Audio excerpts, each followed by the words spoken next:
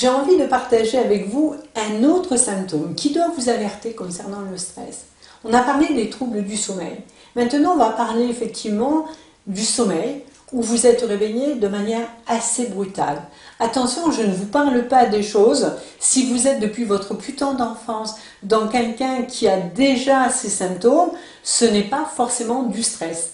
Maintenant, si vous avez une qualité de sommeil assez noble et que vous vous rendez compte que quelque chose est affecté, que vous êtes réveillé régulièrement en pleine nuit et que vous avez les mains moites, que vous avez peut-être déjà des manifestations de troubles d'angoisse, vous devez vous dire que vous êtes devant une manifestation de symptômes.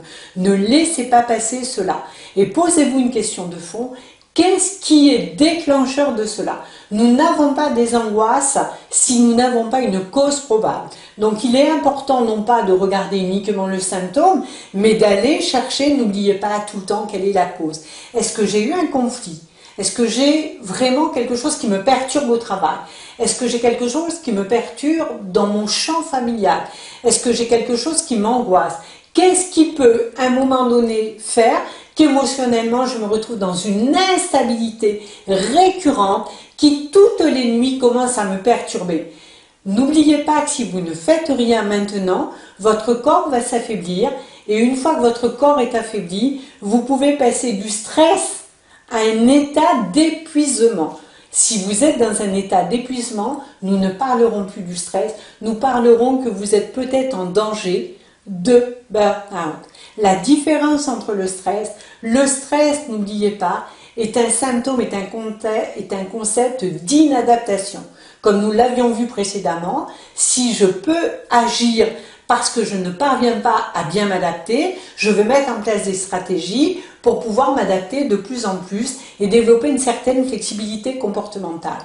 Maintenant, si je ne fais rien et que je laisse les troubles du sommeil, les angoisses, les champs émotionnels, ma pensée qui n'arrête pas, qui est pire effectivement qu'une répétition qui m'embarque, des émotions qui me submergent, alors là, vous allez peut-être connaître un épuisement complet de votre corps et si vous laissez les choses se détériorer, votre corps va atteindre un tel état d'épuisement que vous risquez le burn-out, qui est un état d'épuisement total.